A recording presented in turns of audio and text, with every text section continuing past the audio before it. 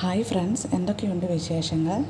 നമ്മളിന്നിവിടെ discuss ചെയ്യാൻ പോകുന്നത് ഒരു പക്ഷേ കഴിയുമായിരിക്കും എന്ന് നമ്മൾ പലപ്പോഴും സംശയത്തിൽ പറയാറുണ്ട്. ഒരു പക്ഷേ കഴിയുമായിരിക്കും എന്നുള്ളത്.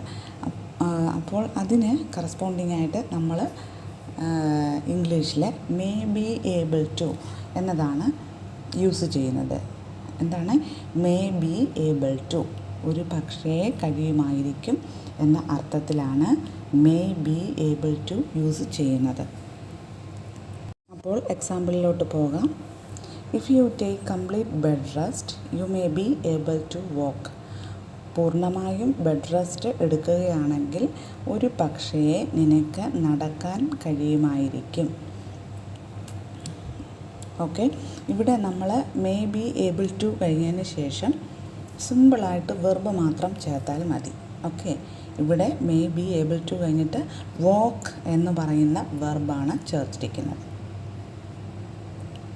അടുത്ത എക്സാമ്പിളിലോട്ട് പോയാലോ.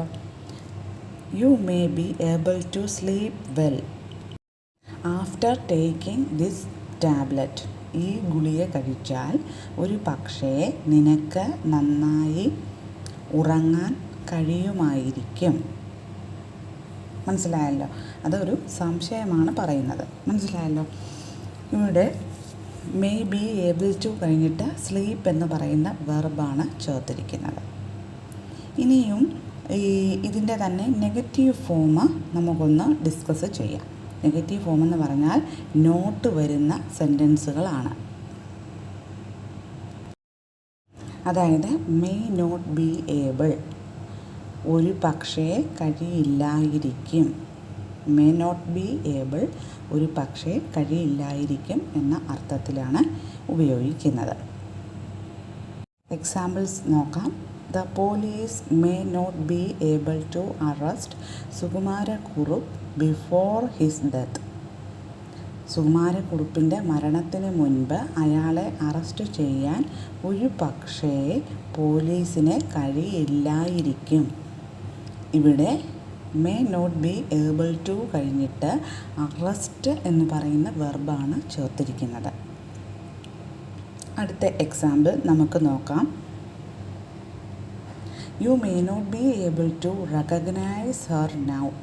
ഒരു പക്ഷേ താങ്കൾക്ക് അവളെ തിരിച്ചറിയാൻ കഴിയുമായിരിക്കില്ല.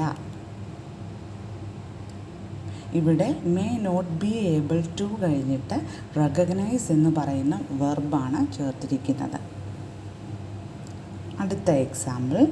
U may not be able to stand all the way so let's take a taxi. താങ്കൾക്ക് അങ്ങുവരെ നിന്നു പോകാൻ ഒരു പക്ഷേ കഴിയുമായിരിക്കില്ല. അതുകൊണ്ട് നമുക്ക് ഒരു ടാക്സി വിളിച്ചു പോകാം. ഇവിടെ may not be able to കഴിഞ്ഞിട്ട് സ്റ്റാൻഡ് എന്ന് പറയുന്ന വെർബാണ് ചേർത്തിരിക്കുന്നത്. ഓൾ ദ വേ എന്ന് പറയുന്നത് അങ്ങുവരെ എന്നുള്ള അർത്ഥത്തിലാണ്. അപ്പോൾ ഈ രണ്ട് എക്സാമ്പിൾ മനസ്സിലായി കാണുമല്ലോ. അടുത്ത example. You may not be able to speak as before. താങ്കൾക്ക് ഒരു പക്ഷേ മുൻപത്തെ പോലെ സംസാരിക്കുവാൻ കഴിയുമായിരിക്കില്ല. ഇവിടെ may not be able to കഴിഞ്ഞിട്ട് സ്പീക്ക് എന്ന് പറയുന്ന വെർബാണ് ചേർത്തിരിക്കുന്നത്. You may not be able to speak as before. അപ്പോൾ ഇന്ന് പഠിപ്പിച്ച ടോപ്പിക്ക്, അതായത് may not be able to അല്ലെങ്കിൽ മേ ബി ഏബിൾ ടു എല്ലാവർക്കും മനസ്സിലായി കാണുമെന്ന് കരുതുന്നു. ഈ ചാനൽ ആദ്യമായിട്ടാണ് കാണുന്നതെങ്കിൽ നിങ്ങൾ ഒന്ന് സബ്സ്ക്രൈബ് ചെയ്തേക്കണേ. ഫ്രണ്ട്സിനൊക്കെ ഒന്ന് ഷെയർ ചെയ്ത് കൊടുക്കുകയും വേണം. അപ്പോൾ അടുത്ത ടോപ്പിക്കുമായി അടുത്ത ക്ലാസ്സിൽ കാണാം. അതുവരേക്കും താങ്ക് യു.